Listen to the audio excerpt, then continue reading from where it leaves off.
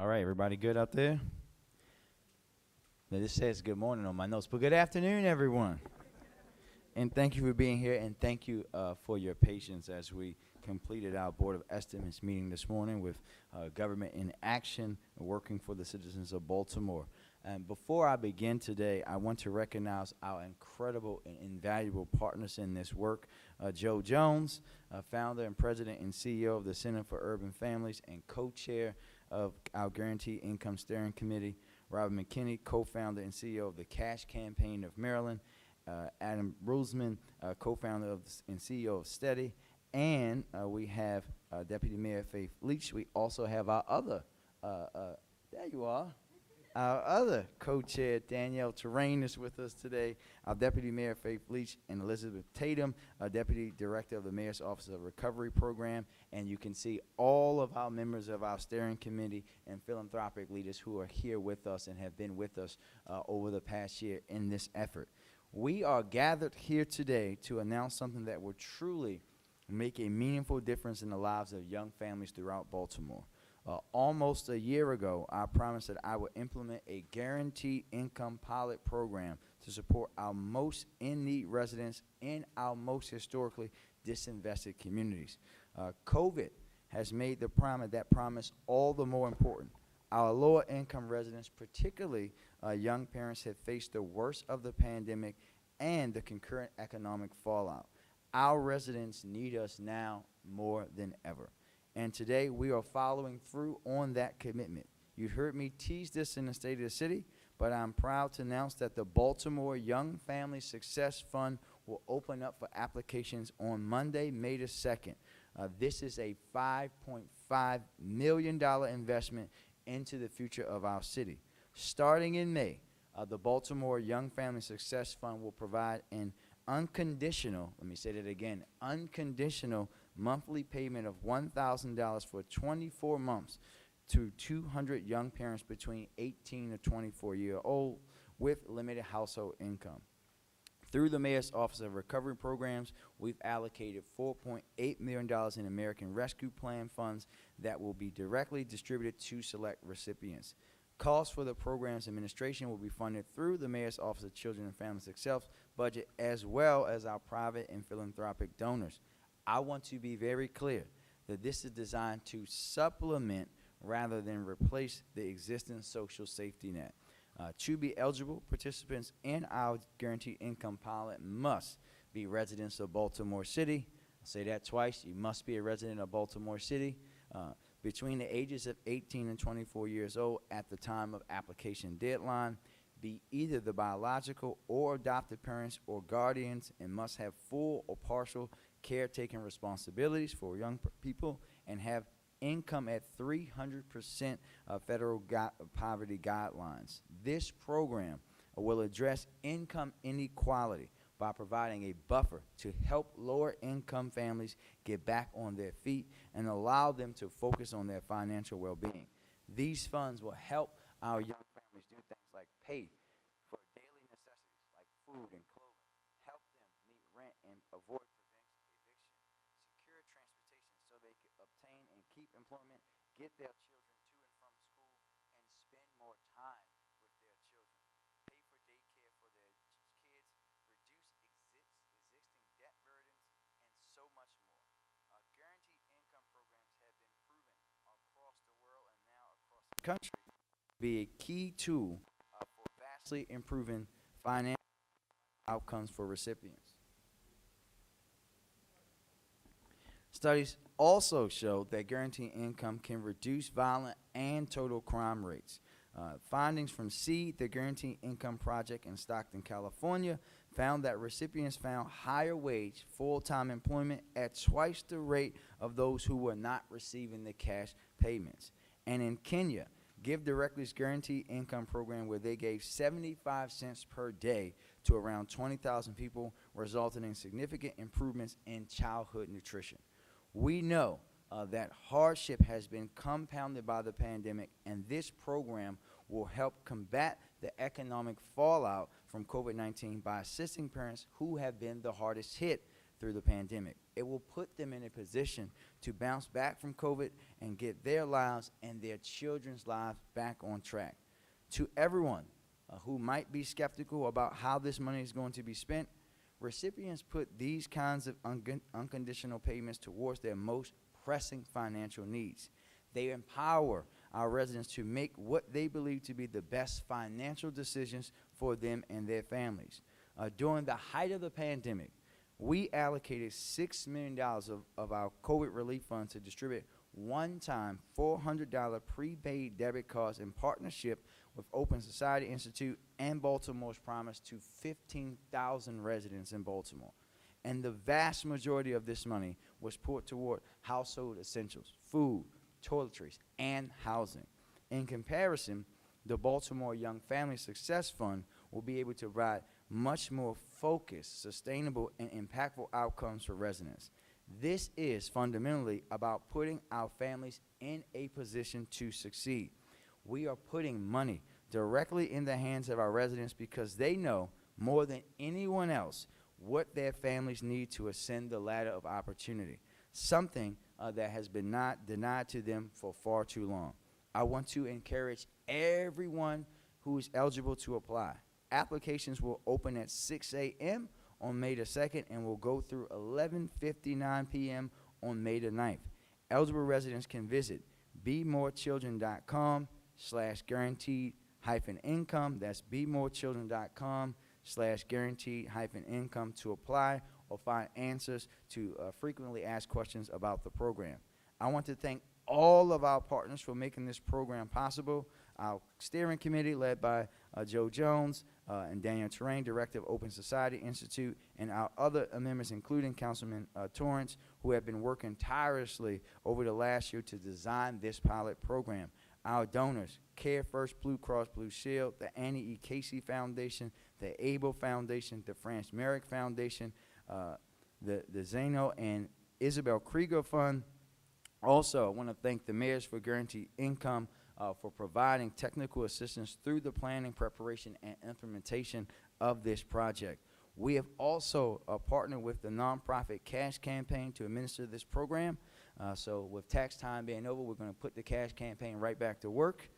The Cash Campaign will support fundraising efforts and bring a wealth of experience and benefits counseling and wraparound services that will support implementation of this program. We are partnering with the financial technology company Steady to distribute funds to our participants.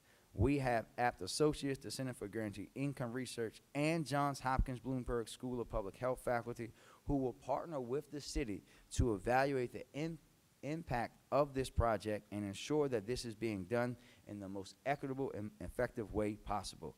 I would like to now turn it over to Joe Jones, founder and president and CEO of the Center for Urban Families, and like me, a Park Heights boy, a member of our steering committee, co-chairs to talk a little bit about the program and the impact it will have on our residents. Joe? Thank you, Mr. Mayor.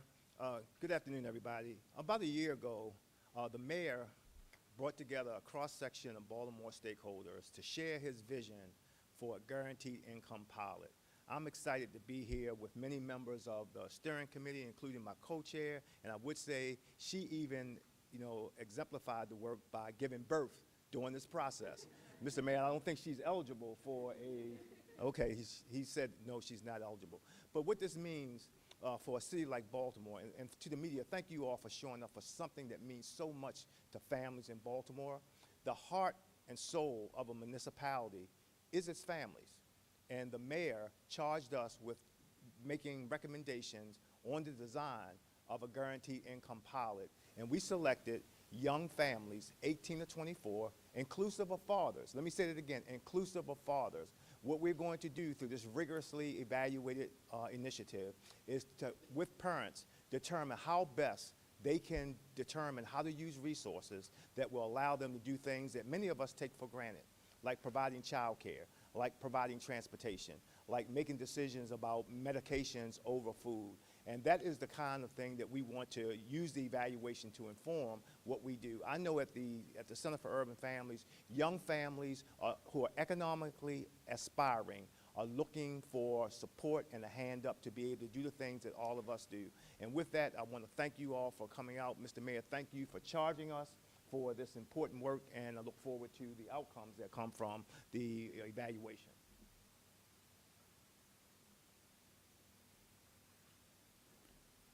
Thank you, Joe, and thank you for what you do each and every day at the Center for Urban Families. As you know, one of my favorite organizations doing great work in Baltimore. We would not have been able to get this program without you and Danielle, our other co-chair, who did have a wonderful, beautiful baby girl during this process. And so we want to thank you very much. I also want to recognize our comptroller. Mr. Comptroller, you feel free to come stand with us, sir. Comptroller Henry.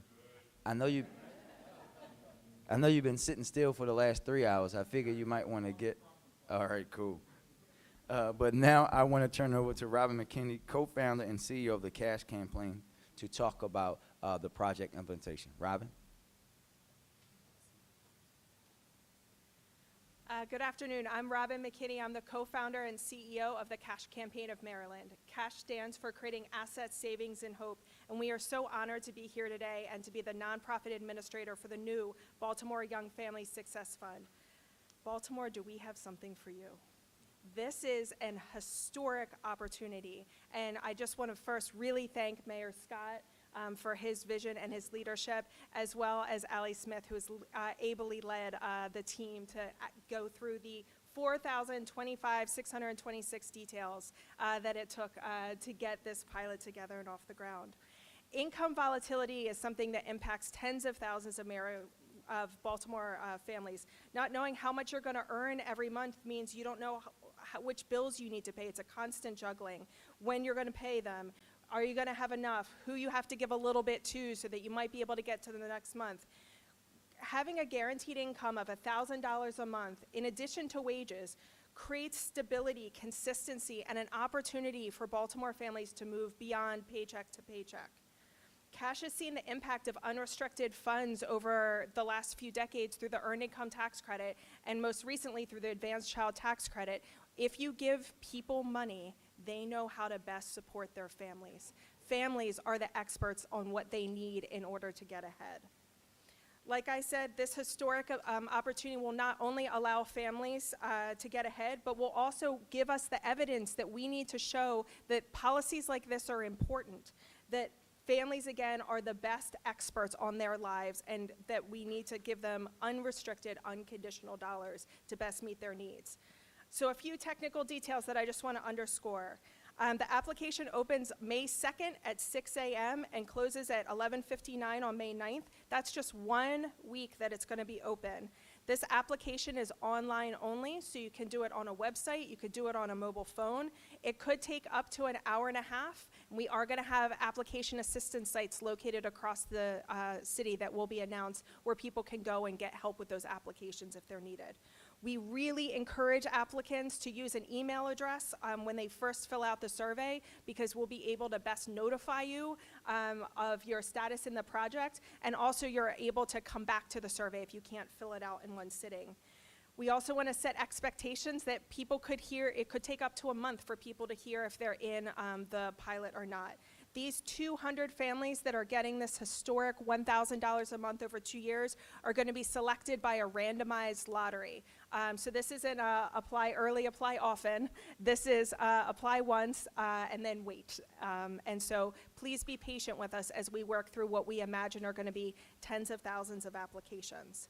An important note for folks that are receiving different benefits like SNAP, temporary cash assistance, child care subsidies, your benefits will likely be impacted by these payments. And at Cash, we are going to be providing benefits counseling to all of the participants that come through the program to help them make a calculation about if this program is right for them. And that all happens before anyone signs on the bottom line in order to participate.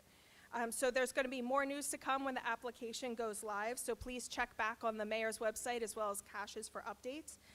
Thank you again to the mayor and all the partners on this project, to Joe and Danielle, who led this wonderful steering committee of folks who came across the city to talk about this, the people that participated in focus groups to really bring $1,000 a month to 200 families over 2 years that we know is going to change their lives for the better. Thank you so much.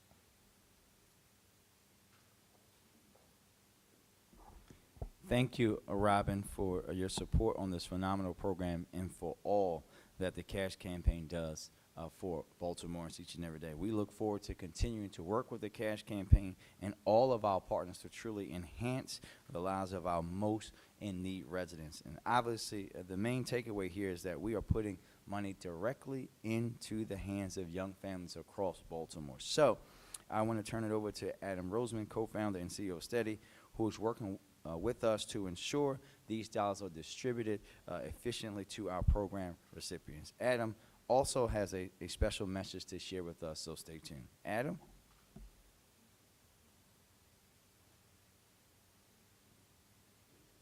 We have the great benefit and fortune of working with the program recipients to ensure that they receive their cash in a timely fashion into the account that they choose to receive those funds from. Whether they're an individual who is fully banked, underbanked, or unbanked, ensuring that those funds are received timely is incredibly important.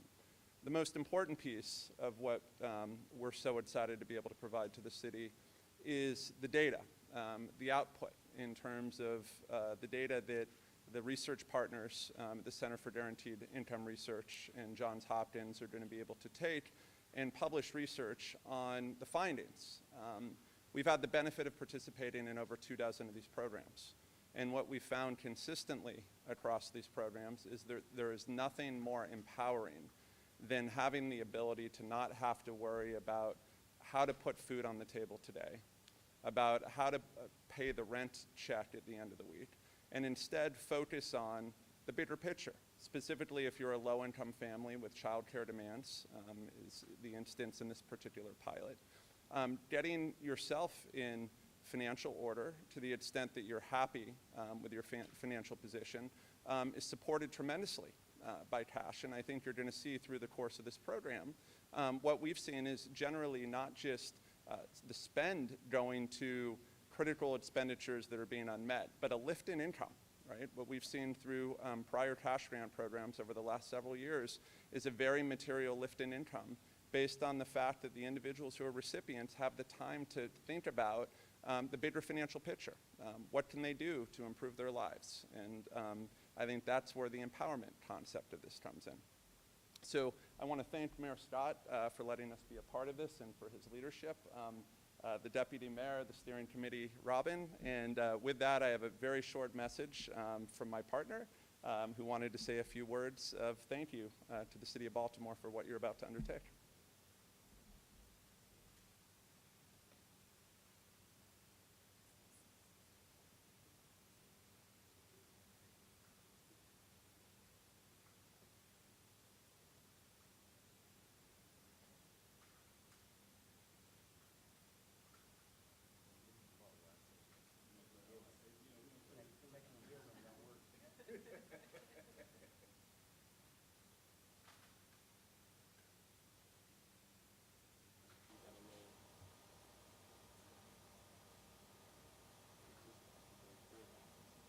Hi, I'm Shaquille O'Neal, one of the founders of Steady, which is connecting millions of people with better earning opportunities and safety net benefits. Steady is proud to deliver the funds to participants in Baltimore's new pilot program, the Baltimore Young Parents Success Fund. Over the next 2 years, 200 parents ages 18 to 24 will receive a no-strings-attached cash grant of $1,000 every month. Research shows that programs like these can make a huge difference in helping people get back on their feet and take control of their earning potential. We're excited to join the City of Baltimore to tackle income inequality and reverse the historic trends that have left so many people locked out of the opportunity.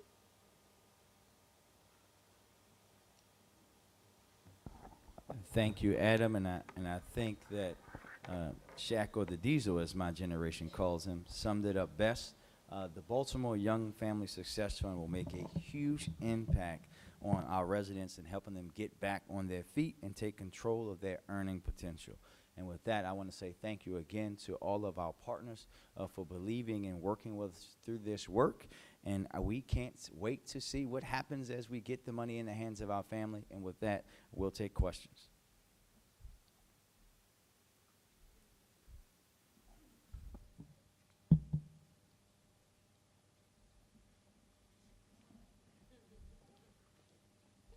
Everybody stand ready. So you said you're not going to, basically there's no stipulations with how they spend the money, but the research, can you get into the research is going to track how they spend it to see the outcomes? Can you get into that a little more? Yes, I mean, I'll give a general. This is a part of Mayors for Guaranteed Income, which is something that's happening across the country as we're trying to show, especially at the federal level, our partners in government, what this could mean in a national level, right? And these pilots that are here, of course, most famously started by my good friend, former Mayor Tubbs in Stockton, have been proven that this helps people get along in life with the basic needs that they're met, that folks are not wasting this money as folks would think. We know we have some folks that think anytime you're giving someone need money, that they're not going to spend it on what they need. But you heard from Adam and others as they've been tracking that this money has been spent on the necessity. And I'll let our other partners want to talk about, Faith, I guess you can start on how we're going to be tracking and what we're going to be doing. Thank you. That's a really good question. So as a part of our research and working with our partners, we've actually broken the group down into 3 main buckets. And so there actually is going to be a group that will be a part of the pilot where they will be participating in surveys and they can provide information if they want. They are not at all required to, but they could provide information about how they're going to spend the money as a part of that pilot. We also have a group that's going to be focused on narrative change. And so they'll be sharing their stories about how guaranteed income changed their lives. So it's going to be a part and embedded in the program and the process itself, and our researchers will be tracking it that way. Okay, thank you. And my other question was, will you talk about why there is no job requirement with it and that kind of thing, no stipulations? You know, when you're talking about serving the people most in need in a city with the history that Baltimore has, we want to get to the people most in need. And what I would think that it would be an assumption, and a bad assumption, to think that a lot of these folks aren't working. The fact is they have to work multiple jobs because they're not being paid at the level that they should, which is a whole different conversation.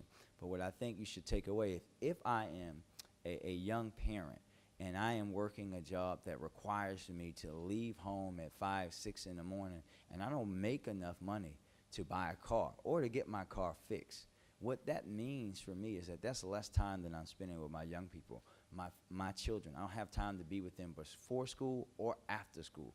They see me when I come in, I cook, I go to sleep, I go right back to work. And think about the impact that has on the children in that family. This $1,000 can help them fill that kind of gap that will change families' lives in so many different ways. Thank you. Thank you, ma'am. Hi, I have a question for, I think you mentioned that the applications are solely online. What would you do if there were, for example, a resident who may not be able to access, a digital device? I think you mentioned application assistance sites. Is that kind of the purpose of that, to help them? Could you Yes. elaborate a bit more about it? Yeah. Well, that's it. I'll let the cash campaign talk about that. That's exactly why we know the issues around that in the city, and I think they have been proven to do that with their other services, right? What they're doing with taxes. About people know the cash campaign and their services is why we chose them, because they were respected in the community throughout all different kind of communities and have a particular history of working with communities and underserved communities around financial things. And Madam CEO, if you want to elaborate on that. So on the website, after we get through Friday, which is when everyone is being trained actually to be application assistance partner, these are folks that are actually considered part of the research, because embedded in the application is a baseline survey. So folks have to go through an ethics training, and they have to go through survey administration training in order to do it. So because it's in French, English, and Spanish, we are trying to make sure that we have good geographic coverage across the city, as well as language capacity for people that, some people may just need tech help. And they just need a place to go where they can get online, whereas other folks it may be a literacy barrier, and they need someone to actually sit with them and go through it. So we'll have a fair number of application partners across the city, and that'll be on the website once they're ready to go. Sure. Thank you for that. I do have a follow-up question, though. Within that short time frame of, I think, May 2nd to May 6th or something like that, what if someone has COVID or disability that makes it difficult for them to reach those sites within that time frame for whatever reason? Are there ways to help those people? We'll always figure out ways to work around that, but I think that we would be hard-pressed to find folks that, with all the things that we're doing and assistance, that we won't be able to get to the folks that we need to get to. Yeah. I'm assuming that once this goes live on my Instagram today, that folks are going to be overbearing the website. Yeah. One additional question. How long exactly will it take for people to get the funds that they need? You want- Yep. So after the application closes on May 9th, it'll take about 3 weeks for the research partner to create the cohort of those 200 people in different groups. So there's a storytelling cohort, there's a treatment group that is getting the $1,000 that's also going to be doing the surveys and the qualitative research. That's 130 people. And then there's 156 people that'll be chosen in the control group. So they'll get research incentives to participate in the research, but not the funds. And then, of course, everyone else is sort of just not selected initially. So Cash will get that list after about 3 weeks, and then we will start onboarding, benefits counseling, and working through that list. We imagine that there'll be some people, for a variety of reasons, choose not to participate, and we'll be getting replacements during that process, so that we hope that another 6 to 8 weeks after that, we'll be able to have like the full cohort of 200 people. So that would mean the first payment would start like mid-July to beginning of August. So that's where we need people's patience as we work through, because we want to make sure everyone that's in fully understands what the opportunity is, and especially any impacts that it has on their benefits. Thank you. There? Can you just talk about why you're targeting young families specifically? Why are they in need more than other people? Well, I think when you think about young families, and if you're 18 to 24-year-old with a child in our city, and when you think about the neighborhoods where we see a lot of that, you're talking about our disinvested neighborhoods, you're talking about our red line neighborhoods, you're talking about our neighborhoods that have the most crime, you're talking about our neighborhoods that have the most trash, where our young people need more assistance in school. So an investment in those families, or an investment in those young people in those communities to directly deal with all the issues that they're facing, right? You heard it earlier today. When people have this, you can see that this will impact so many other things in our society. So when you're talking about the ability to invest in any group, an investment into young families in need is something that you can't find a better group to do it. You think it's going to have the greatest impact in terms of I do. them? Yeah. Thank you. I know what it meant for me to be able to spend time and have my parents with me during that time frame, right? When I was a young child, when they were young parents in the city of Baltimore. So to be able to invest in families like that, it will have a deep, deep impact. Thank you. Alexa? Hi, I have an unrelated question. I'm looking to confirm BPD's Director of Fiscal Services has been terminated, why he was terminated, if he's accused also of a crime, if he's been arrested, what that charge was. Yep, I'll let the commissioner address that. Mr. Commissioner? Alexa, I thought you were going to ask me about guaranteed income. I was hopeful. She said that's the next one. No. Thank you. We can confirm that this person who was chosen and hired by the Baltimore Police Department has been terminated as of, actually, technically yesterday, was interviewed today, and is a person of interest in a homicide investigation. Which homicide investigation? Well, it's an ongoing investigation, but is a person of interest. It's not a suspect and did not have a warrant for his arrest, but was a person of interest and has been terminated by the Baltimore Police Department. I did notice that same name is on Baltimore City's gun offender registry as of 2019. Any details on that or how that was missed in the background check? We are working to ascertain the answers to those questions ourselves, but to my knowledge, as I've been briefed, I believe he has been arrested based on being on the gun offender registry, but has been terminated by the Baltimore Police Department. I'm sorry, can you clarify that? I think, as I've been briefed, he's either was arrested or is in the process being on the gun offender registry, but has also been terminated by the Baltimore Police Right, so he was placed on the gun offender registry in 2019. but hired as the Director of Fiscal Services after that. So my question is, how was that missed? Well, once again, we're working to ascertain the answers to those very questions. There was a background investigation done, and the HR department did a background investigation. It was missed. We're correcting that as we speak, and that has been corrected. And the homicide is unrelated to that. That's something else. Something else. Okay. Yeah. I had another question for the mayor, if that's all right.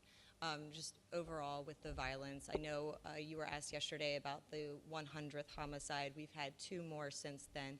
We were looking at the numbers, and this is the fastest the city has gone to a 100 homicide so far this year within the past several years.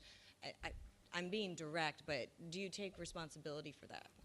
Of course, everybody in Baltimore has to take responsibility. You have to take responsibility. Your station has to take responsibility. Every church, every parent, everybody that lives in the city has to take responsibility, because it's not a one-person thing. Now, it's hard to think about taking responsibility for someone else's actions, but when you look at the people in Baltimore, as I do, is that we're all interconnected and really a family. You have to do that, and we have to all be better.